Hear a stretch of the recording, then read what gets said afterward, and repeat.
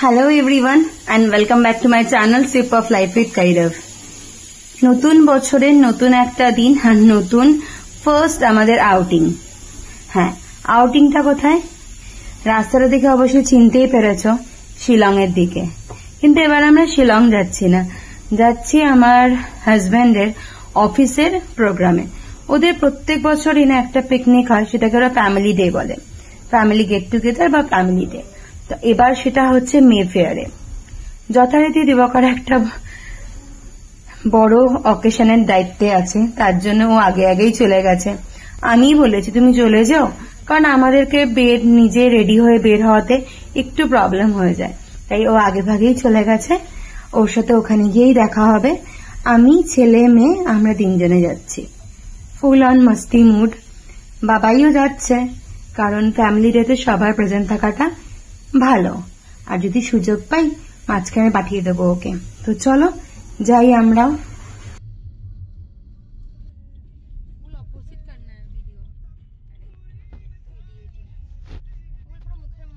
বাড়ি থেকে almost 30 minutes মতো লাগলো। রাস্তাঘাট আজকে একটু ফাঁকা, কারণ ঘড়িতে বাজছে এখন 10:15। পৌঁছে গেছি আমরা মে ফেয়ারে।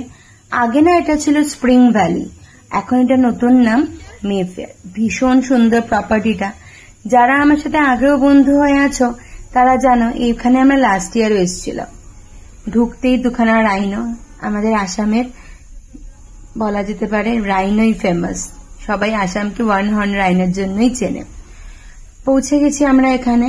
তো কোথায় জায়গাটা বুঝতে পারছিলাম না, তো কতগুলো লোক আমাদের গাইড করে দিল যে আগে গিয়ে ডান দিকে, ওখানেই যাব। চলো গাড়িটা গিয়ে পার্ক করি। দিবাকর ভাবছিল আমাদের আস্তে আস্তে 12টা বাজবে, কিন্তু আমরা যে এত জলদি চলে আসব ওটা বুঝতে পারিনি। পাম্মার খাওয়া দাওয়া, টমিন, অ্যালেক্স সবাইকে খাইয়ে দাইয়ে তারপরে আমার আগমন। তবু সময়ের অনেক আগেই চলে এসেছি। যাচ্ছি আমরা এখন ভিতরে। চলো চলতে। Gate, this is the entrance. Theme ছিল বিচ, তাই এত বিচের সবকিছু ফটো। আর এই দেখো, তাই সবাইকে গলায় মালা ডালা দেওয়া হয়েছে। আমরা সেরকম ভাবে থিম ড্রেস পরে আসিনি। আমি একটা সালভার পরেছি, একটুখানি ফ্লাওয়ারি ফ্লাওয়ারি। আর বাবাই ড্রেস পরে এসছে, কারণ বাবাইয়ের আছে এখানে ডান্স প্রোগ্রাম, তার জন্য বাবাই ডান্স করবে। অনেকেই পার্টিসিপেট করেছে, খুব সুন্দর হয়েছিল প্রোগ্রামগুলো। যদি কপিরাইট না আসতো তাহলে সবকটা ডান্সে দিতে পারতাম। চলে এসেছি ব্রেকফাস্ট কাউন্টারে। ছিল ব্লু লাগুন, লেমন সোডা, 1000 রকমের কুকিজ, টি, কফি, যত ইচ্ছা খাও। সবাই জানো অফিসের প্রোগ্রামে একদিনকে অফিসের মানুষরা ফ্যামিলি সবাইকে খুব স্পেশাল ফিল করায়, ভালোও লাগে। আর লেখা আছে দেখো টি স্টেশন। তারপরে চলে এসেছে স্টার্টারের জায়গা। এখানে ছিল চিকেন গোলাতি কাবাব, তার সাথে ছিল এই কর্নটা রাখার মনে হয় একটাই কারণ, অনেক বাচ্চা আসে, তো এই বাচ্চা নিয়ে মুচমুচে কর্নটা খেতে খুব ভালোবাসে। আর পটেটো বাইটস। আর বাচ্চাগুলো ভরে ভরে কেচাপ নিচ্ছিল। সঙ্গে ছিল সমস্ত হেলথ ফ্রিক লোকেদের জন্য সবজি সতে, মানে ভেজিটেবল সতে, আর ভ্যারাইটিস পাস্তা। এখানে ছিল লাইভ পাস্তা কাউন্টার। ছেলে মেয়ে তো বাপরে বাপ, লেখাও দেখো পাস্তা স্টেশন। ভরে ভরে পাস্তা খেয়েছে, red pasta, white cheese pasta, সবকিছু। এটা আমার ফেভারিট জায়গা, চাট সেন্টার। এখানে আছে ফুচকা, ফুচকাটাও খুব ভালো হয়েছিল। আর সঙ্গে ছিল আলু টিক্কি চাট। আমি লিটারেলি 2 প্লেটস খেয়েছি। স্টার্টারে সেরকম কিছু না খেলে এসে আলু টিক্কি চাটটা খেয়েছি। পাপড়ি chaat, jhalmuri, everything is there. আর সমস্ত কিছু খুব টেস্টি আর খুব না মানে ভালো বেশি। আপনি ম্যাম আরো কিছু লাগে নাকি, ম্যাম আরো কিছু লাগে নাকি বলে বলে খাওয়াচ্ছিল। সেই স্পেশাল টাচটা কার না ভাল লাগে। আর এটা হচ্ছে মে ফেয়ারের পুরো প্রপার্টিটা। কত বড় না? হ্যাঁ, অনেকটা বড়। বাচ্চাগুলো চুটিয়ে মজা করেছে। আর ওই দেখো বাচ্চাদের সমস্ত কিছু খেলনার জায়গা, চুটিয়ে মজা করেছে। আমরাও প্রচুর মজা করেছি। আগের দিন না ছিল এত বেশি পরিমাণে কুয়াশা, আর আজকে কি পরিমাণ রোদ্দুর। ইনি আমার সাথে একটা বলে না কি হ্যালোসিনেশন বা মাইন্ড গেম খেলছিল। লোকটা ব্যাপক। আগের বারও এসেছিল, এবারও ওনাকে ডাকা হয়েছিল। তো চলো, এই হচ্ছে প্রোগ্রাম স্টার্ট অলরেডি হয়ে গেছে। এরপরেই আছে আমার বাবাইয়ের একটা ছোট্ট ডান্স। উনি না আমাকে ছোঁয়নি জানো, পাশের মেয়েটার নাকটা ছুঁয়েছে আর এদিকে আমি ফিল করেছি। ভাবা যায়, কিন্তু হ্যাঁ এটাই সত্যি।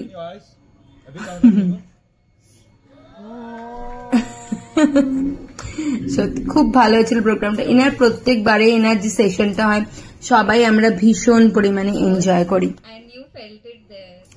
চলো এরপরে আছে আমার বাবাইয়ের ডান্স প্রোগ্রাম, অলরেডি স্টার্ট হয়ে গেছে, বেশ ভালো লেগেছে। এই যে আমার বাবাইয়ের ডান্স, এই ডান্সটার পরে আমি ওই ড্রেসটাকে চেঞ্জ করে দিয়েছিলাম।